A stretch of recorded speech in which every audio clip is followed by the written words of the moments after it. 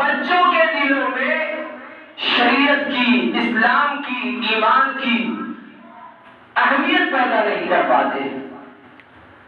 دوسرا اس کی وجہ یہ ہے کہ معاشرے میں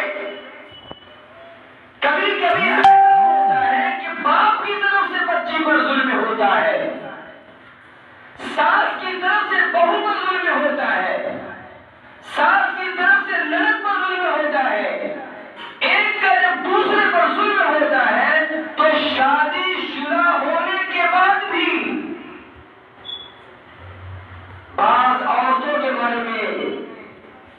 رپورٹ یہ ہے کہ انہوں نے غیر مسلم لڑکوں سے شادی کی، یہ جو اسکول نہیں گئی، آخر وہ کون سی وجہ تھی؟ تو اس کی وجہ یہی ہے کہ گھر میں اس عورت پر زیادتی ہوئی، گھر میں اس عورت پر ظلم ہوا، ظلم کو نہ برداشت کر سکنے کی وجہ سے اس عورت نے سوچا بہتر یہی ہے کہ تم دوسرا دین تبدیل کر لو، تم ہندو بن جاؤ، تم عیسائی بن جاؤ، تم قادیانی بن جاؤ، تم کوئی اور مذہب تبدیل کر لو، اس لیے کہ یہ گھر تو مسلمان کا ہے لیکن اس گھر کے اندر اسلام کا الف بھی نہیں ہے، اس کی شادی اسلام کے مطابق نہیں، اس کی میت اسلام کے مطابق نہیں، اس کی نماز اسلام کے مطابق نہیں، اس کی زبان اسلام کے مطابق نہیں، اس کے اخلاق اسلام سے ٹکراتے ہیں۔ یہ رات و دن سسر ہم پر ظلم کرتا ہے، ساس ہم پر ظلم کرتی ہے، نند ہم پر ہر وقت چلی رہتی ہے، وہ ہمیں نوکر تصور کرتی ہے۔ اس ظلم کا تاب نہ لا کر وہ عورت بھی ایمان کو بیچ ڈالتی ہے۔ اسے یاد رکھیے، اگر کبھی ایسا ہوتا ہے تو ہم بھلے دیندار سمجھے جائیں، بھلے ہم حاجی اور نمازی سمجھے جائیں، بھلے ہم زکات نکالنے والے سمجھے جائیں، لیکن اگر ایسا کچھ ہوتا ہے تو اس بات کو یقین جانیں کہ ہم اپنے آپ کو جہنم کی آگ سے نہیں بچا سکتے۔ جہنم کی آگ سے بچانے کے لیے ضرورت اس بات کی ہے کہ ہم بھی اپنے آپ کو اسلام کی سلامتی سے روشناس کرائیں اور اپنے سامنے والے کو بھی، اپنے ماتحت کو بھی اسلام کی سلامتی دیں۔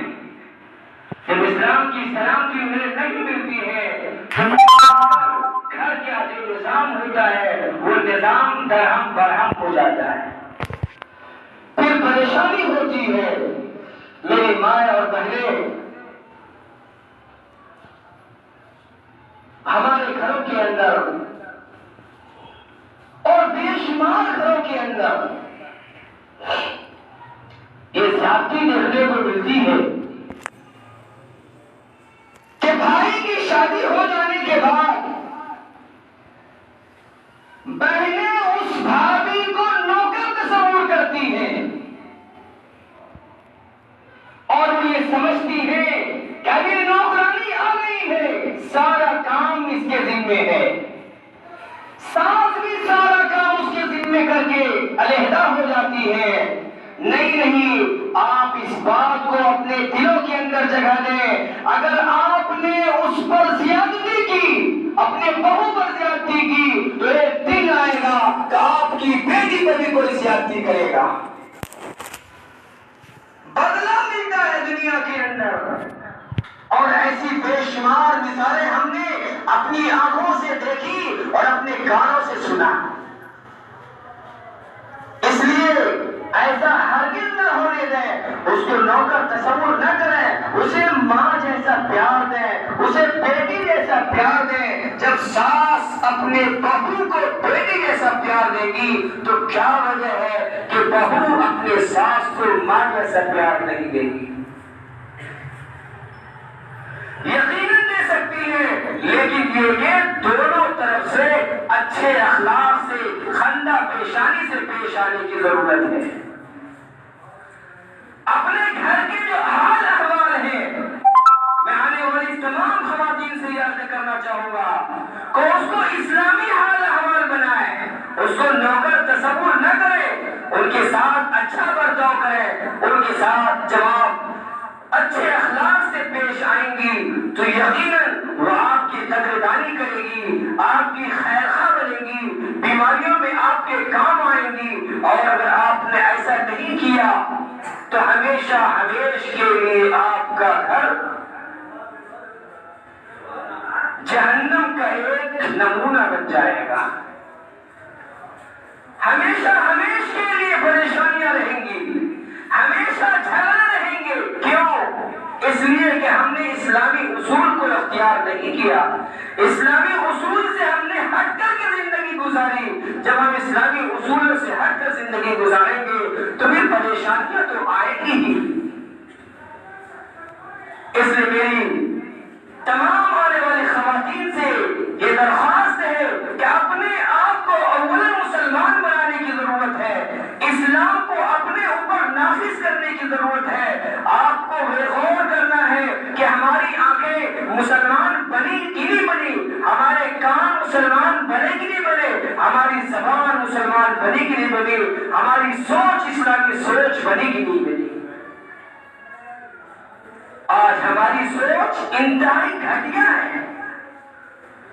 ہم کسی کی اچھائی کو دیکھ کر برداشت نہیں کر پاتے۔ ہم جب کسی کو دیکھتے ہیں کہ بہت زیادہ کما رہا ہے تو ہم جلتے ہیں، ہم حسد کی آگ میں مبتلا ہو جاتے ہیں۔ میرے دوست بزرگوں، یہ اسلامی تعلیم نہیں ہے۔ حسد تو نیکیوں کو ایسے کھا جاتا ہے جیسا کہ گھن لکڑیوں کو کھا جاتا ہے، پتہ بھی نہیں چلے گا اور پوری کی پوری لکڑی برباد ہو جائے گی۔ اس لیے حسد کو اپنے سینے سے، اپنے دل سے نکالیں، کینے کو اپنے دل سے نکالیں، اور اسلامی جتنے بھی اچھے اخلاق ہیں اس کو اپنے اندر پیدا کرنے کی کوشش کریں۔ اسی کے ساتھ ساتھ عام طور پر گھروں کے اندر یہ خرابی یہ ہوتی ہے کہ چند عورتیں ایک ساتھ بیٹھتی ہیں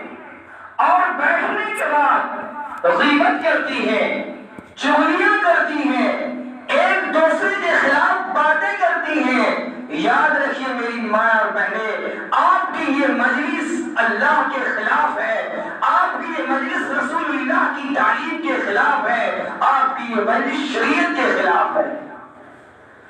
آپ کو ایسا نہیں کرنا چاہیے۔ آپ کی جو مجلس لگے وہ اللہ کے نام پر لگے، آپ کی جو مجلس قائم ہو وہ رسول اللہ کے نام پر قائم ہو، آپ کی جو مجلس لگے وہ شریعت کے نام پر لگے، آپ کی مجلس غیر اللہ کے نام پر نہیں لگنی چاہیے۔ ایسی مجلس پر اللہ کی لعنت برستی ہے۔ اس لیے اپنی زبان کو وہاں قطعا نہ کھولیں، اپنی زبان کو وہاں استعمال غلط طریقے سے نہ کریں۔ کل قیامت میں اس بات کو بھی ذہن میں بٹھا لیں کہ اللہ تعالیٰ ہمارے ایک ایک جملے کا حساب لے گا، وہ ہمارے ایک ایک جملے کو محفوظ کر رہا ہے۔ یہ بندہ میری دی ہوئی زبان کی طاقت کو کیسے استعمال کر رہا ہے، وہ اپنی آنکھوں کی طاقت کو کیسے استعمال کر رہا ہے، وہ اپنے کانوں کی طاقت کو کیسے استعمال کر رہا ہے، میری دی ہوئی دل و دماغ کی سوچ کی طاقت کو کیسے استعمال کر رہا ہے، وہ پاؤں کو کیسے استعمال کر رہا ہے۔ ان طاقتوں کے بارے میں کل قیامت میں سوال ہوگا۔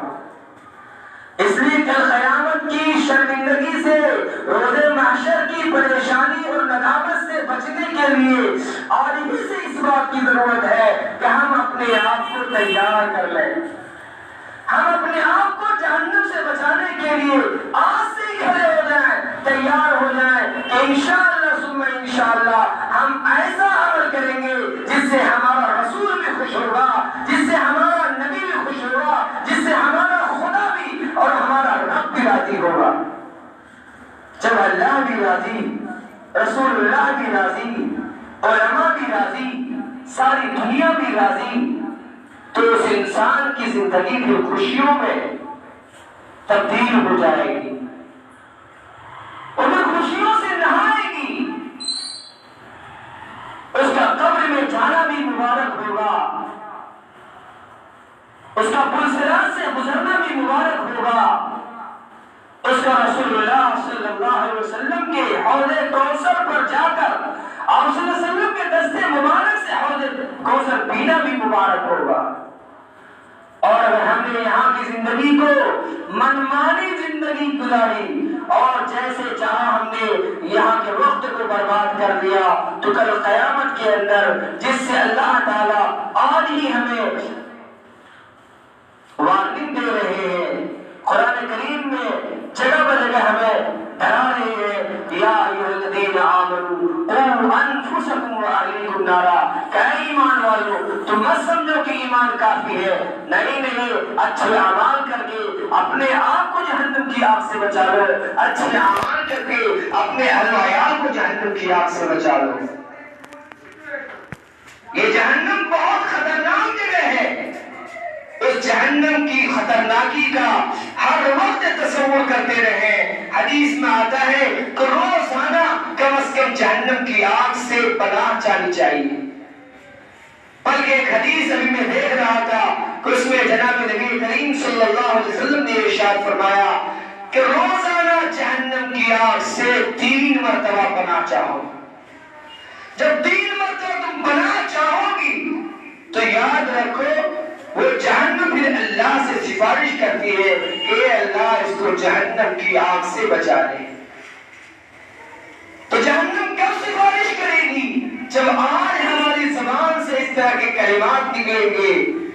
کہ اے اللہ ہمیں جہنم کی آگ سے بچا لے، اے اللہ ہمیں جہنم سے بچا لے، اے اللہ ہمیں جہنم سے بچا لے، تب جا کر کے ہم جہنم سے بچ پائیں گے۔ اللہ تبارک و تعالی آپ تمام حضرات کو جہنم کی آگ سے بچائے اور آنے والی جو زندگی ہے جو انتہائی خطرناک دور ہے،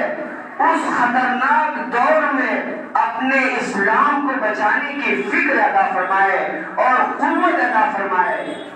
اس لیے کہ حکومت وقت وہ یہ چاہتی ہے کہ مسلمانوں کو ہم جو ہے ہر وقت پریشان کیے رہے، ایسے قانون ہم بنا لیں کہ ان کے لیے سر اٹھا کر چلنا دشوار ہو جائے، برقع پہن کر چلنا ان کے لیے دشوار ہو جائے، داڑھی ٹوپی رکھ کر چلنا ان کے لیے دشوار ہو جائے۔ وہ ہمارے لیے ایسے حربے اور ایسے قانون اور ایسے اصول اور ایسے ضابطے بنا رہی ہے۔